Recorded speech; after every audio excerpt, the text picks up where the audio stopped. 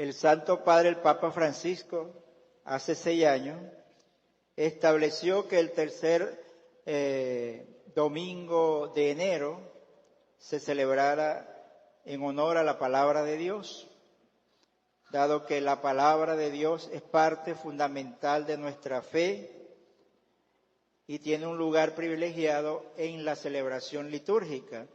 De hecho, la Eucaristía tiene 2 momentos: la liturgia de la palabra y la liturgia eucarística, donde Jesús se manifiesta a través de la palabra en un primer momento y después se manifiesta plenamente con su cuerpo, sangre, alma y divinidad en la liturgia eucarística. ¿Y por qué el Papa insiste en esto? Porque precisamente los católicos nos hemos olvidado que tenemos que tener ese contacto diario con la palabra de Dios. Si escuchamos el Evangelio, que es el inicio del Evangelio de San Lucas, él está explicando a este hombre que él llama Teófilo, que significa el que ama a Dios, Theos, Filos, el que ama. ¿Por qué? Porque está dirigiendo su palabra a todos los que quieren amar a Dios o los que aman a Dios. Y le dice que él, después de reflexionar, decidió poner por escrito las cosas que había recibido a través de la predicación. Y esto es muy claro, este es un texto claro para matarle el piojo en la cabeza a los protestantes, a los que no son católicos. Es decir, que si no aparece algo en la Biblia, no puede ser creído, es un invento. Pero claramente San Lucas dice que él, después de haber escuchado, después de haber recibido la predicación, decidió poner por escrito. Y el mismo Lucas y también San Juan, sobre todo San Juan, en el Evangelio dice que estas cosas se pusieron por escrito para que crean. Pero son algunas cosas que el Señor ha enseñado. Entonces, quiere decir que en la Sagrada Escritura no está todo el fundamento de nuestra fe. De hecho, el mandato de Jesús fue: vayan y prediquen, hagan bautizar. Y eso fue la misión que cumplieron los apóstoles, ir a predicar y a predicar. Es decir, que el mensaje cristiano se hizo a través de la predicación por vía oral. Y pasaron muchos siglos.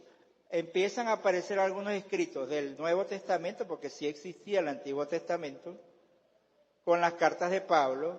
Pablo, viendo que las comunidades que él había fundado habían dificultades, habían confusiones, había muchos problemas, comienza a escribir esas cartas. Estamos hablando del año 60 después de Cristo, que son los primeros escritos del Nuevo Testamento. Los evangelios son más tardíos. Entonces, porque Dios inspiró a algunos hombres que eso que se predicaba se pudiera poner por escrito. Y entonces, ¿cómo se alimentaba la fe de la gente si no había Biblia? Con la predicación, lo que se llama el magisterio, la enseñanza de los pastores. Y con la tradición, es decir, lo que celebraban, lo que practicaban dentro de la liturgia, los sacramentos, sobre todo la Eucaristía, pero las catequesis. Los primeros cristianos y padres de la Iglesia escribieron muchas catequesis sobre el bautismo, sobre la Eucaristía. El gran Irineo de León, Hilario de Poitiers, Atanasio, entonces los Gregorios, San Gregorio de Niza, San Gregorio Nacianceno, San Basilio el Grande. Toda esa gente puso por escrito reflexiones que hacía sobre la fe. Y entonces comienzan algunos a poner por escrito eso que se enseñaba. Entonces quiere decir que no todo está en la Biblia. Antes de la Biblia estaba la predicación y la tradición. Es lo que se llama magisterio, tradición. Y luego se agrega Sagrada Escritura. Ese es el trípode en el que se fundamenta la revelación que nos ha dado Jesucristo. Por eso es un error decir, si no está en la Biblia, no lo creo. Pero resulta que la Biblia existe gracias a la predicación y al magisterio. y a la tradición. Porque se les ocurrió un día, después de tanto predicar y enseñar, hay que poner por escrito estas cosas para que llegue a más personas. No sé si me agarran el hilo, ¿eh? ¿Ve? Entonces no se dejen engañar. Además, quien decidió, quien tomó la iniciativa y quien tomó la firmeza de decir, esta es palabra de Dios y es inspirada por Dios, fue la iglesia, no fueron los protestantes. La Biblia que tenemos se la debemos a la iglesia. La Biblia que ellos usan se la deben a la iglesia. El Papa San Dámaso decidió recopilar todos esos escritos que habían por allí en discernimiento, en oración. Dijo, esto es inspirado por Dios, esto es palabra de Dios. Hasta que decretó eso. Y para que tuvieran acceso a esos escritos, encomendó a un gran santo, amante de la palabra de Dios, San Jerónimo, que vivió prácticamente toda su vida en Jerusalén. ¿Y qué hizo este gran santo? Todos esos libros que estaban unos escritos en griego, otros en hebreo y otros en arameo, él conocía muy bien todas esas lenguas, ¿y qué lo hizo? Lo tradujo al latín, porque era la lengua que más se hablaba, sobre todo el latín, que se llamaba latín vulgar. Por eso la primera traducción de la Biblia en latín se llama Vulgata, porque fue traducida al latín que se hablaba en esa época. Vulgar no era que era grosero, sino que era común. Todo el mundo lo usaba y lo entendía. Entonces, me agarran el hilo. Entonces, ¿a quién le debemos la Sagrada Escritura que está así como la tenemos? Al Papa, a la Iglesia, ¿verdad? Y a un santo, San Jerónimo. Después, más adelante, fue que cuando se inventó la imprenta, en el siglo XVI, es que se fue traduciendo a otras lenguas. Entonces, sí es palabra de Dios, pero toda la palabra de Dios está condensada en esas tres dimensiones: magisterio, tradición y Sagrada Escritura. ¿Y qué pasa con los católicos? Que no tenemos ese afecto, ese amor y esa dedicación a escudriñar la palabra de Dios. Nos conformamos con la homilía del domingo. Y si el padre habla disparate, eso es lo que recibimos. No, la palabra, ahorita les voy a explicar por qué Dios nos dejó la palabra, permitió e inspiró a esta gente para que pusieran por escrito estas cosas. Hay un objetivo. Ahora bien, cuando nosotros leemos las Sagradas Escrituras, vemos que Jesús utilizaba muchas comparaciones, ¿verdad? Él se valía de ejemplos, de comparaciones. Pues bien, en la misma Escritura se nos dice a qué se parece la palabra de Dios. A ustedes se les entregó, creo que por familia, o no sé si de manera individual, un papelito. ¿Verdad que sí? Se les entregó que individual. Individual. ¿Qué dice ahí?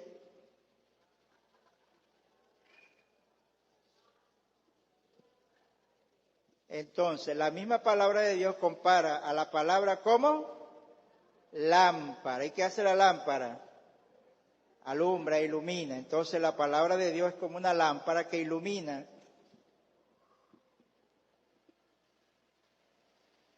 Igual que el fuego purifica, como el fuego purifica, la palabra de Dios purifica. Hay otro texto que dice, la palabra de Dios es como espada de doble filo, más penetrante que espada de doble filo, y llega hasta lo más profundo, hasta los tuétanos.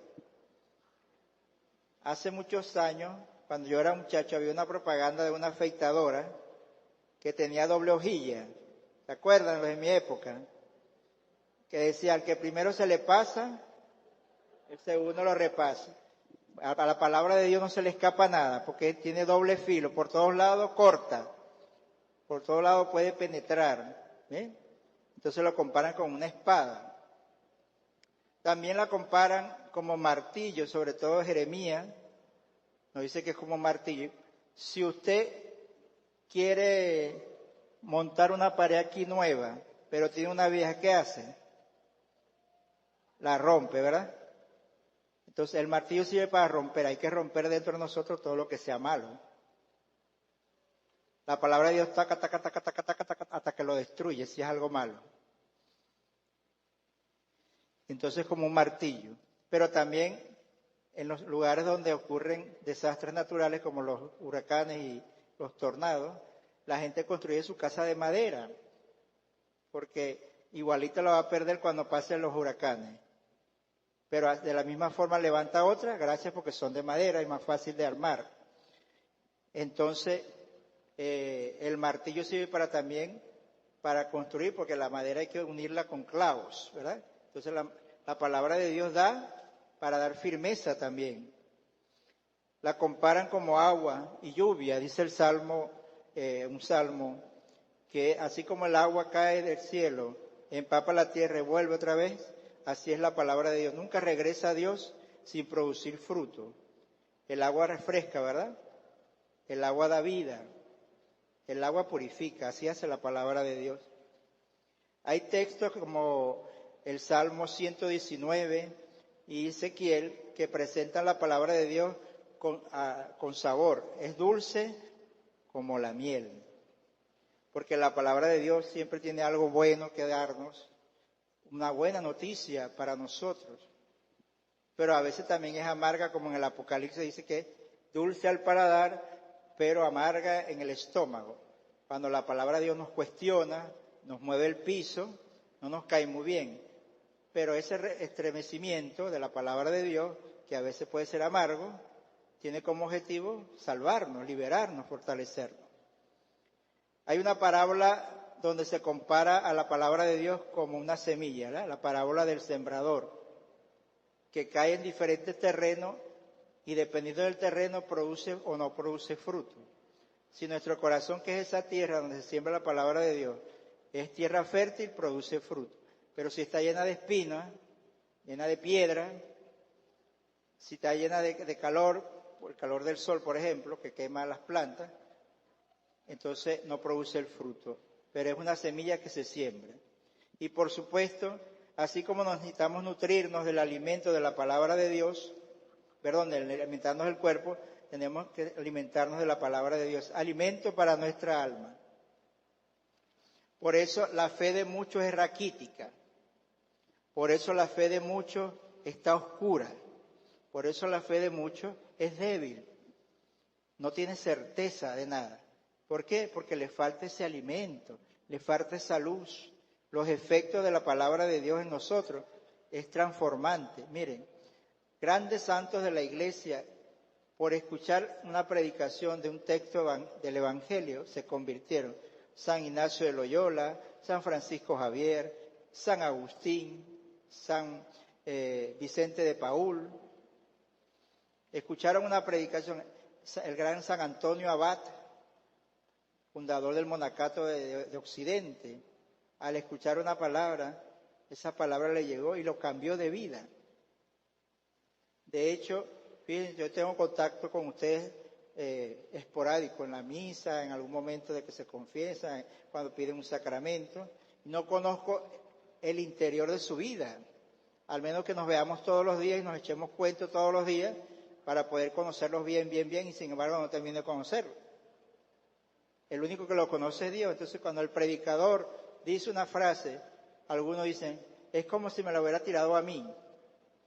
Yo sentí que me estaba hablando a mí, pero yo no conozco la realidad de ustedes, lo que están viviendo, lo que están pasando. Es la palabra que produce ese efecto, cambia, transforma, purifica, ilumina, fortalece.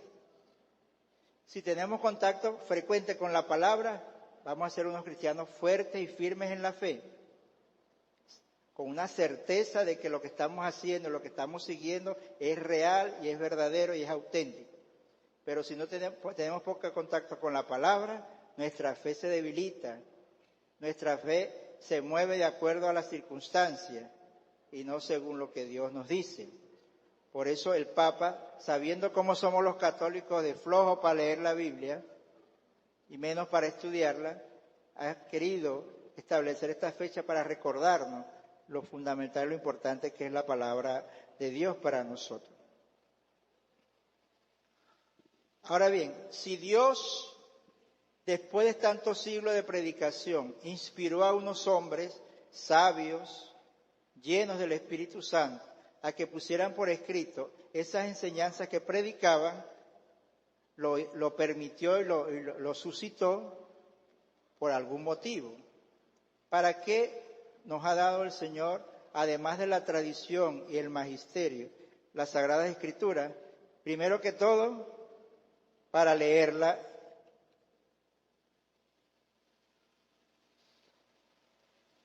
Si yo te doy un libro a vos, ¿para qué te lo doy? Para que lo leas. Te digo, salió este libro muy bueno, hay un libro muy interesante que se llama La culpa es de la vaca. Yo se lo recomiendo, o se los doy, no es para que lo guarde, es para que lo lean. Dios nos ha dado la Sagrada Escritura para eso, ¿eh? No para que la tengamos en la casa de adorno o que se llene de polvo, es para que lo lean. De hecho, una vez hicieron un concurso, invitaron a los fieles a una parroquia a que trajeran sus Biblias. Iban a premiar a la Biblia más bonita, espectacular y maravillosa. ¿Y saben cuál ganó? La que le tenía las hojas todas feas, pasadas, subrayadas. ¿Por qué? Porque ese es el objetivo de la palabra, que tengamos contacto con ella, que nos alimentemos con ella, no que la tengamos de adorno. Es Dios que nos escribió eso, o puso por escrito a través de los hombres esto, para dejarnos un mensaje. Entonces hay que leerla y meditarla, no simplemente leerla porque no es un libro, es la palabra de Dios. Entonces esa palabra me está mostrando un mensaje, tengo que escuchar ese mensaje, meditar ese mensaje. Mientras yo más medito la palabra de Dios, Dios va actuando en nosotros, voy conociendo más cosas. Me vuelvo más ignorante y oscuro en mi fe si no tengo contacto siquiera con la palabra de Dios. Si el Señor me dice que esto es así y no es así, ¿cuál es la respuesta que le tengo que dar? ¿Rechazar eso o creerlo? Entonces, la palabra de Dios hay que creer en ella, porque es la palabra de Dios. Pero creer lo que está escrito allí, no como dicen algunos. No, porque la Biblia dice tal cosa. Yo de una vez le pregunto, ¿dónde dice eso?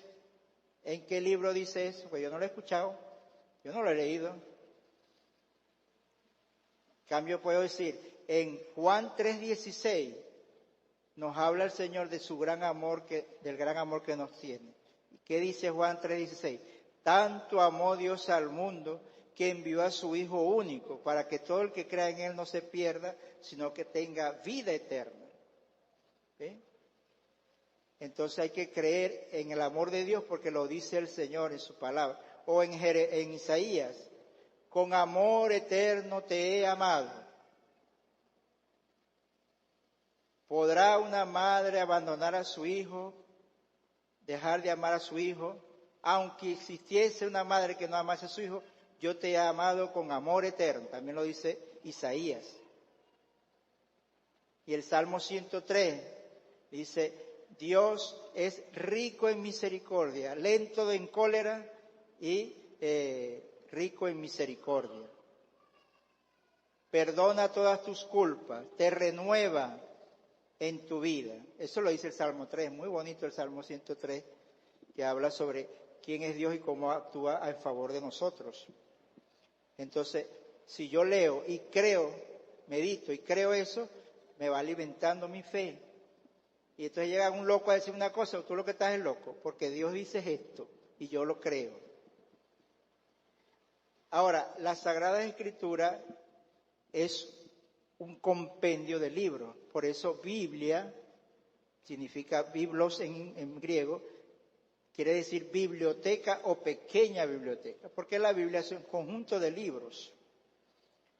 Entonces, esos libros hay que estudiarlos bien, a fondo. Hace poco están pasando por televisión, por Netflix, la obra maestra de García Márquez, 100 años de soledad. Entonces, uno ve la película y ve cosas que en el libro no están. El que leyó la novela sabe que hay algunos inventos, unas cosas raras, en cambio si hay otras cosas que realmente el escritor puso en el libro que escribió. Entonces, yo tengo que estudiar la palabra de Dios, por eso la iglesia ofrece cursos bíblicos, ofrece talleres sobre la Biblia, ofrece cursos de apologética para conocer la fe y defender la fe católica que nos dio Jesús. Pero el católico no le gusta formarse, es flojo. Prefiere ver videos de TikTok.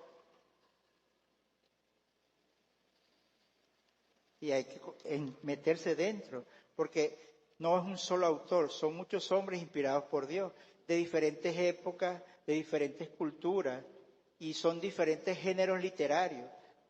¿Sabe cuántos años pasamos nosotros estudiando la Biblia en el seminario?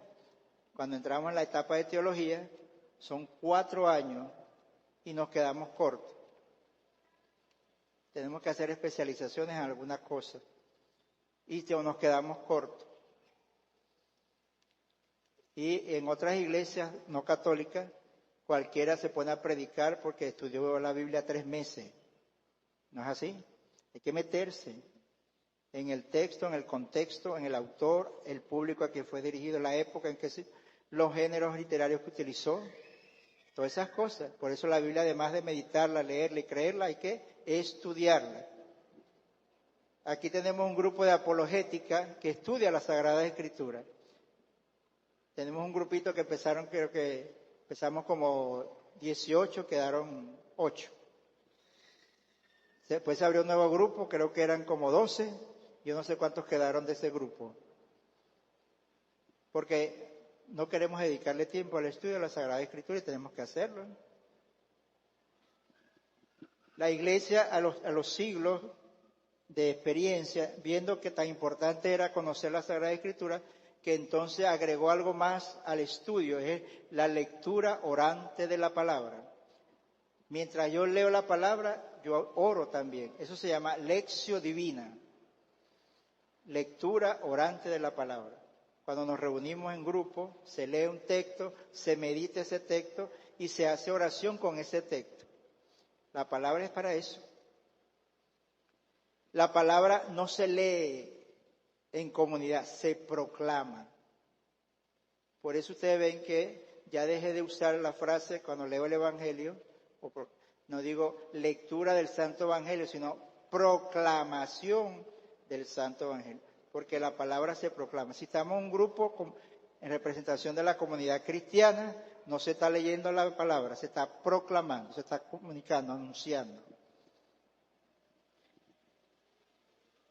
Y es importante los textos que nos llamen la atención, que nos gusten mucho, que nos enamoramos de ellos, hay que memorizarlo. ¿Por qué a mí nadie me convence de lo contrario, de que Dios me ama infinitamente? Porque a mí se me metió en la cabeza ese texto de Juan 3:16. Fue el primer texto que me aprendí de memoria porque me gustó tanto y me dio la convicción del amor de Dios. Y siempre lo traigo a colación por eso. Tenemos que aprendernos ciertos textos. Tenemos en la iglesia un hombre maravilloso que tiene una memoria extraordinaria, el padre Luis Toro, que él desde pequeñito, porque le impedían ir a la iglesia, él decidió conseguir una Biblia y aprendérsela de memoria. Y él te conoce casi toda la Biblia de memoria, desde chiquito, de los 12 años creo, ahorita que ya es sacerdote. Nosotros tenemos que aprendernos textos. Así como los evangélicos se aprenden textos de memoria para atacarnos, nosotros busquemos los textos y aprendámoslos de memoria para refutarles eso que nos critican. Porque si hay respuesta con la Biblia para defender nuestra fe.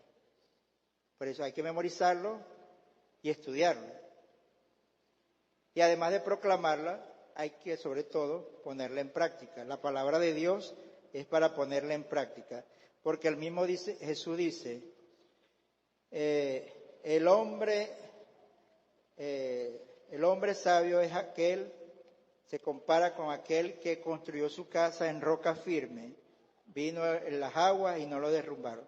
Pero el necio construyó sobre la arena y vino el agua y lo derrumbó. Así pasa con el que pone en práctica la palabra de Dios, construyó en roca. El que no pone en práctica la palabra de Dios, construyó sobre la arena y todo se cae. Hermanos, esto es serio. Tenemos un regalo maravilloso que nos ha dado Dios y le hemos dado poco valor. Pero la iglesia siempre se la ha dado porque de hecho se la debemos a ella.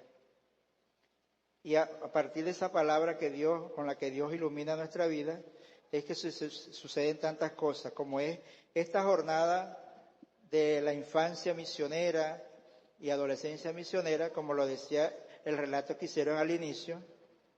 Hubo una mujer llamada Paulina Jericot de Francia, que ella veía que el mandato misionero de Jesús era urgente. ¿Cómo hacer de que los cristianos católicos tomaran conciencia de que son misioneros? Comenzando por los más pequeños. Y se inició esta obra de las obras misionales pontificias que se llama Infancia Misionera, con los niños pequeñitos desde temprana edad. Después ahora a los adolescentes. Por eso tenemos la jornada de la infancia y adolescencia misionera, donde los niños son los que le hablan a otros niños de Jesús.